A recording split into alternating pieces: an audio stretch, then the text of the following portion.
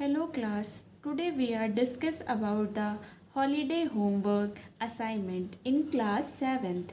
There are 3 chapters in this assignment. First is in history, chapter 2, Kings and Kingdoms of the early medieval period.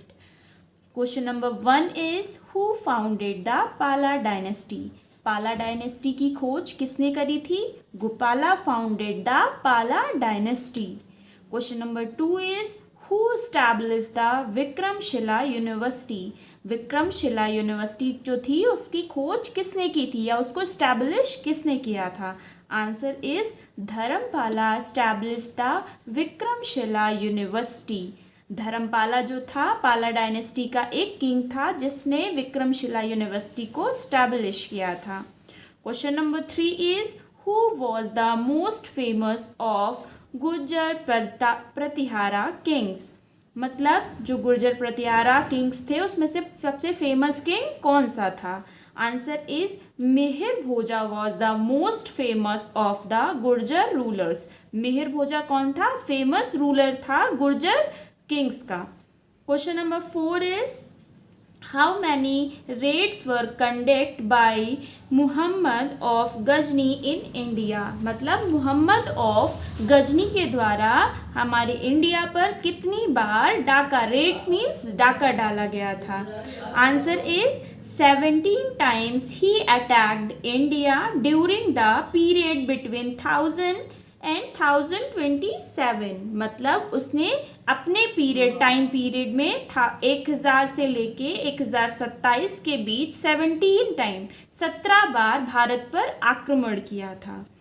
Question number 5 is name some cities और temples plundered by Muhammad of Ghazni. मतलब कुछ शहरों के नाम हमें बताने हैं जिन पे मुहम्मद ऑफ गजनी ने लूटपाट की थी. वहां पे प्लंडर्ड मीन्स होता है लूटना. Answer is between 1000 to 1027. ये 1000 to 1027 क्या था? ये मोहम्मद गजनी का टाइम पीरियड था, शासनकाल था. Mohammad of Ghazni invaded India 17 times targeting rich towns and temples such as Mathura, Kannauj, Thaneshwar, Nagarkot and Somnath. अभी हमने इससे पहले ऊपर पढ़ा था कि कितनी बार उसने भारत पे आक्रमण किया था. तो 17 टाइम जो है उसने इंडिया को टारगेट किया था, जिसमें टारगेट उसका था रिच टाउन्स, अमीर शहर, और टेम्पल्स जो मंदिर जहाँ पे सोना या ये सारी चीज़ें ज़्यादा होती थी. उसमें सिटीज़ कौन कौन सी आपकी हैं? Mathura, Kannauj, Thaneshwar, Nagarkot and Somnath. Question number 6 is name 2 famous scholars in Muhammad of Ghazni's court. मतलब जो कि मुहम्मद ऑफ गजनी के कोर्ट के 2 स्कॉलर्स के नाम लिखने हैं हमें यहाँ पे. आंसर है Al-Biruni and Firdausi were 2 famous scholars in Muhammad of गजनी's court. Question number 7 Between which 2 rulers were the Battle of Tarain fought? मतलब जो तराइन का युद्ध हुआ था वो किन 2 लोगों के बीच में, कौन से रूलर्स जो थे उनके बीच में हुआ था? Answer is the battle of Tarain fought between Prithviraj Chauhan and Mohammad Ghori. जो बैटल तराइन का बैटल था वो किसके बीच में हुआ था? पृथ्वीराज चौहान और मोहम्मद गौरी के बीच में. क्वेश्चन नंबर 8 है आपका when were the battle of Tarain fought?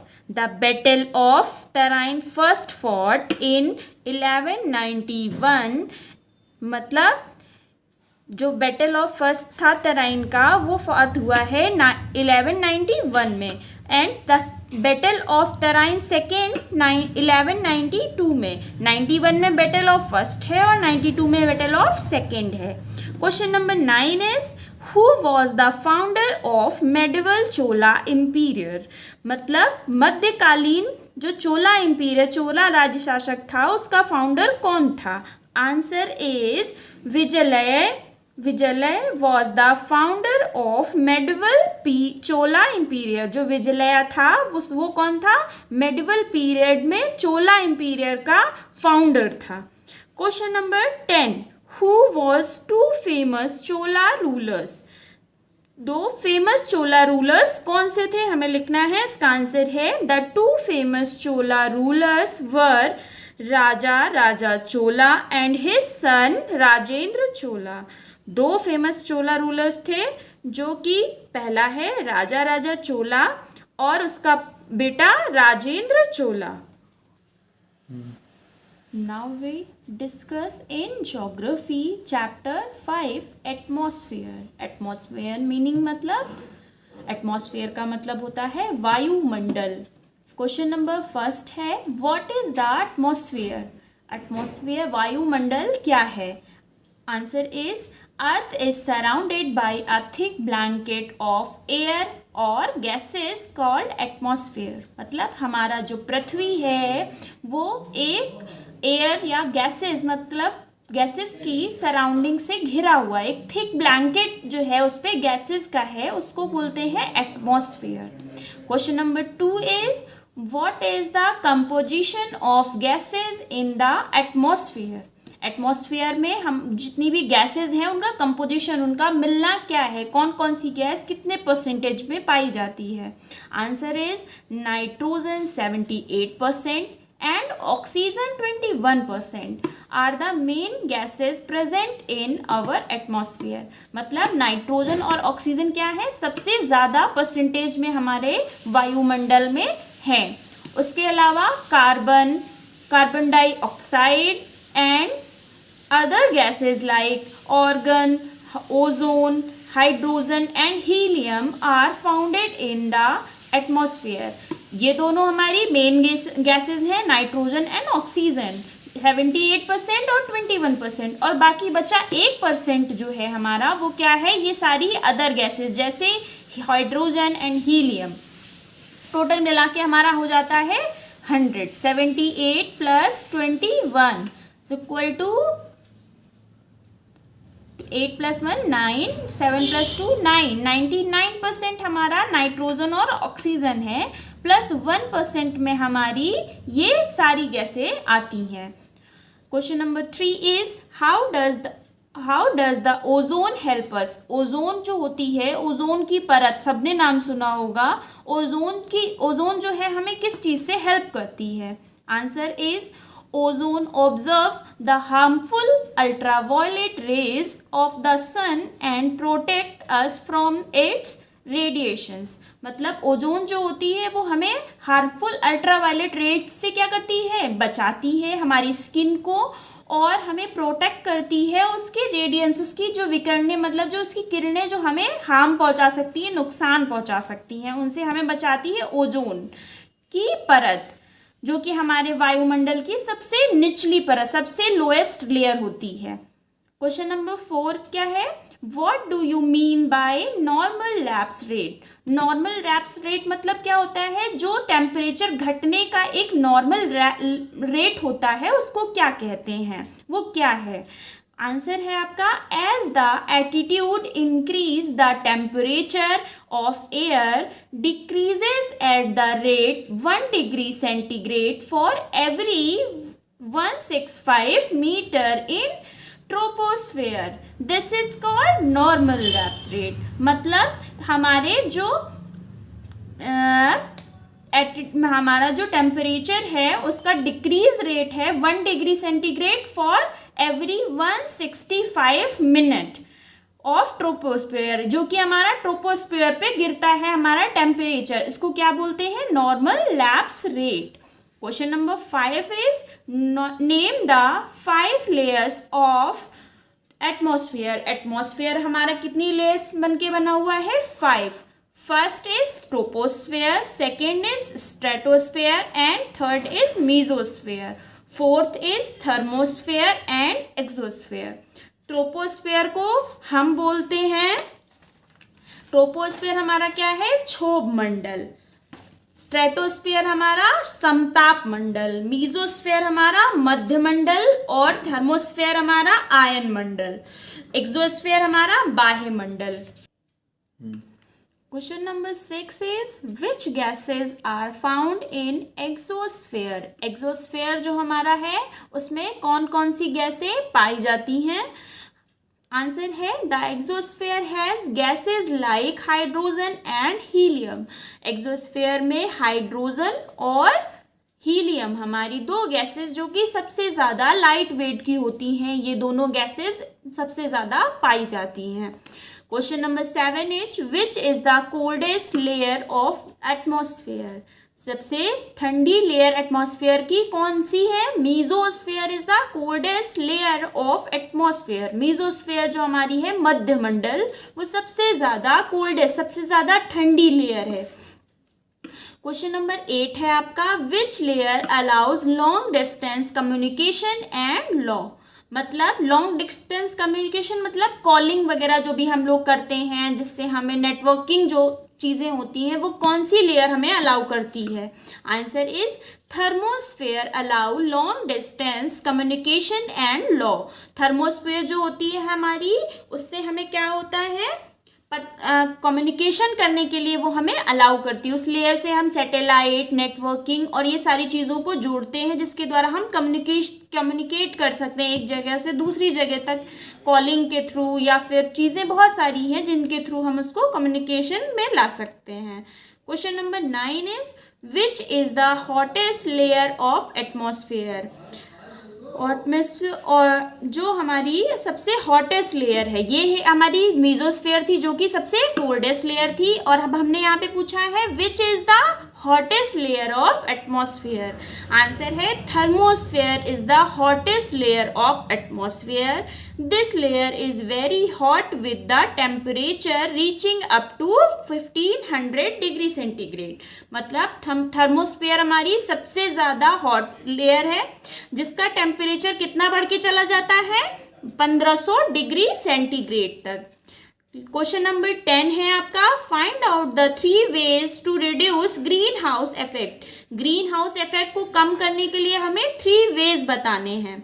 Answer number 1 point है one of the best way to reduce green house effect is to limit energy consumption. मतलब लिमिट एनर्जी कंजप्शन का मीन्स हमको लाइट्स होती है, energy, ऊर्जा, जितनी भी ऊर्जा जिस भी तरीके की होती हैं, एयर एनर्जी होती है या हमारी लाइट होती है, इन सब चीज़ों की कंजप्शन जो होता है उसको कम करना, उसकी खपत को कम करना है, जिससे हम क्या कर सकते हैं, ग्रीन हाउस इफेक्ट को रिड्यूस कर सकते हैं। सेकेंड पॉइंट है another way to reduce the green house effect is to plant trees and other plants. मतलब एक अगला तरीका है जिससे हम ग्रीन हाउस इफेक्ट को रिड्यूस कर सकते हैं, plant trees and other plants. हमको पेड़ पौधे लगाने चाहिए जो कि हमारी जो एटमॉस्फेयर हमारा है जिसमें ऑक्सीजन को बढ़ा सके, जिसके द्वारा हमारा ग्रीन हाउस इफेक्ट रिड्यूस हो सके। थर्ड पॉइंट है another way to reduce the greenhouse effect is by energy efficient products। Another मतलब एक अगला वे, जो एक अगला रास्ता है जिससे हम ग्रीन हाउस इफेक्ट को रिड्यूस कर सकते हैं, वो क्या है, बाय एनर्जी एफिशिएंट प्रोडक्ट। मतलब हमें ऐसे प्रोडक्ट्स खरीदने चाहिए जिसमें ये एनर्जी की खपत क्या होती है, कम होती है। हमको एक तो कंजप्शन कम करना है, जब कंजप्शन हमारा कम करने का सीधा मीनिंग इससे आता है कि इफिशिएंट, मतलब जितनी हमें ज़रूरत होगी हम उतनी ही एनर्जी को वेस्ट करेंगे, उसी टाइप के प्रोडक्ट्स लाएंगे।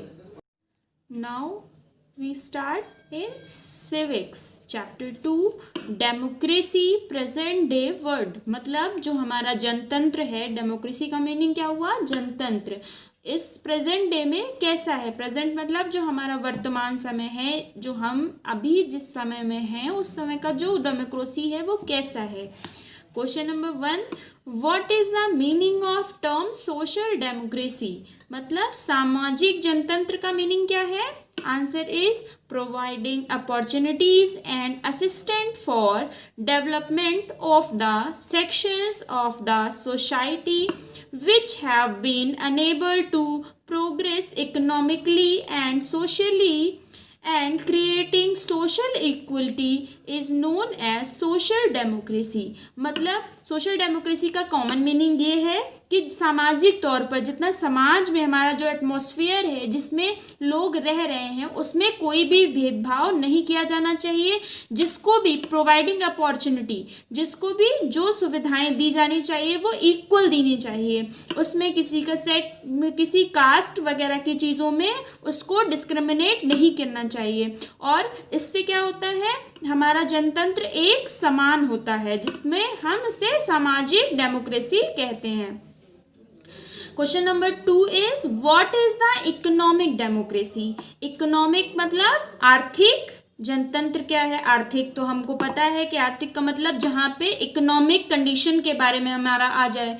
Answer, economic democracy means that every Indian citizen should be free to seek and form of employment and must be given equal economic opportunity। मतलब जितने भी भारतीय हैं, एवरी इंडियंस को हमें क्या देना चाहिए, एम्प्लॉयमेंट देना चाहिए, रोजगार देना चाहिए और उनको इक्वल अपॉर्चुनिटीज़ देनी चाहिए। इकोनॉमिक जो होती हैं, जो आर्थिक तौर पर जो भी हम सुविधाएं दे रहे हैं वो क्या देनी चाहिए, इक्वल इकोनॉमिक अपॉर्चुनिटीज़ हमें देनी चाहिए। That is called economic democracy. Question number 3 is name some present day monarchies. मतलब जो हमारा प्रेजेंट डे उस टाइम का था जबकि हम ये डेमोक्रेसी की बात कर रहे हैं, तो उस समय हमारे कौन कौन से सम्राट रहे, कौन कौन से रूलर्स रहे उस समय। First is sultan Hassanal Bolkiah, second is king Norodom Sihamoni, number 3 is queen Margrethe, number 4 is king Mswati. ये 4 हमारे क्या थे, प्रेजेंट डे सम्राट थे। Question number 4 is what is absolute monarchy. Absolute का मतलब क्या होता है, पूर्ण तरीके से, मतलब टोटली जिसमें हमें डिपेंडेंसी हो। पूर्ण तरीके से हम किस पे होते हैं, पूर्ण तरीके से जिसका हमारे ऊपर शासन हो। Answer is an absolute monarchy is a form of government where the ruler inherits the position and then rules for life. There are no laws, parliaments or opposition telling the monarch what to do.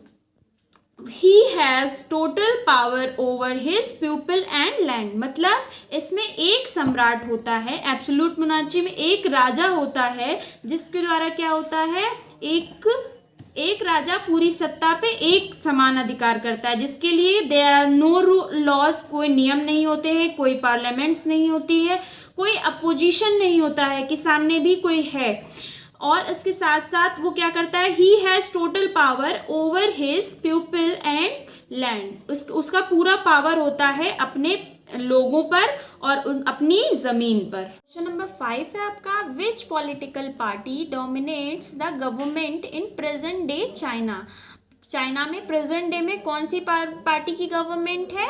Answer is single political party dominates the government in present day China. China में single political party, वहाँ पे एक राजा है जो कि सब पे राज्य कर रहा है, जिस सबके लिए वो डेमोक्रेटिक है। क्वेश्चन नंबर 6 है आपका, व्हाट इज डेमोक्रेसी। डेमोक्रेसी क्या है। डेमोक्रेसी का हिंदी में मीनिंग होता है जनतंत्र। जन का मतलब लोग, तंत्र का मतलब जन का मतलब लोग, तंत्र का मतलब समूह, मतलब लोगों के द्वारा बनाया गया एक समूह क्या हो गया, democracy.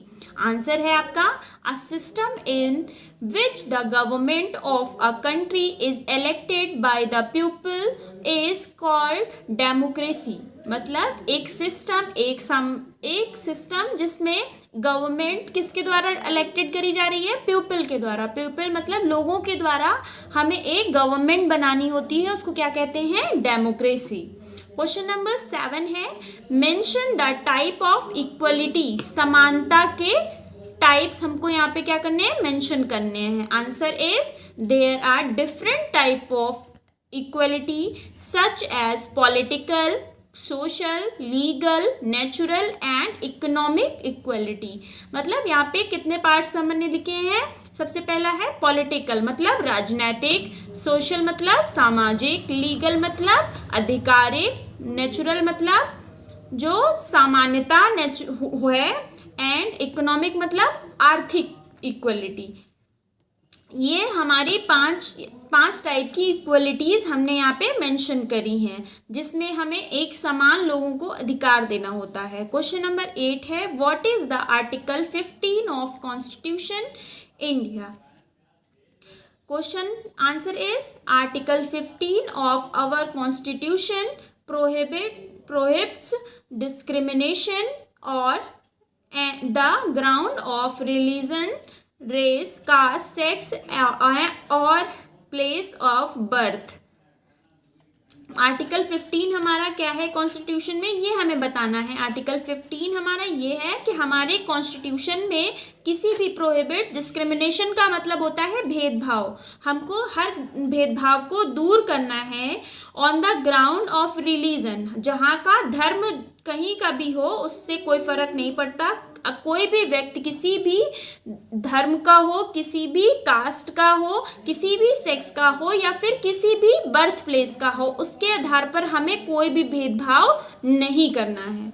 Question number 9, reason for popularity of democracy. First is it gives people the fundamental rights to choose those who govern them by free and fair election। Free and fair election हमारा होता है मतलब स्वतंत्र, free मतलब स्वतंत्र, fair मतलब निष्पक्ष, जिसमें किसी के भी पक्ष में आप नहीं जाते हैं, जो सही होता है उसको वोट करके हम अपना गवर्नमेंट बनाते हैं।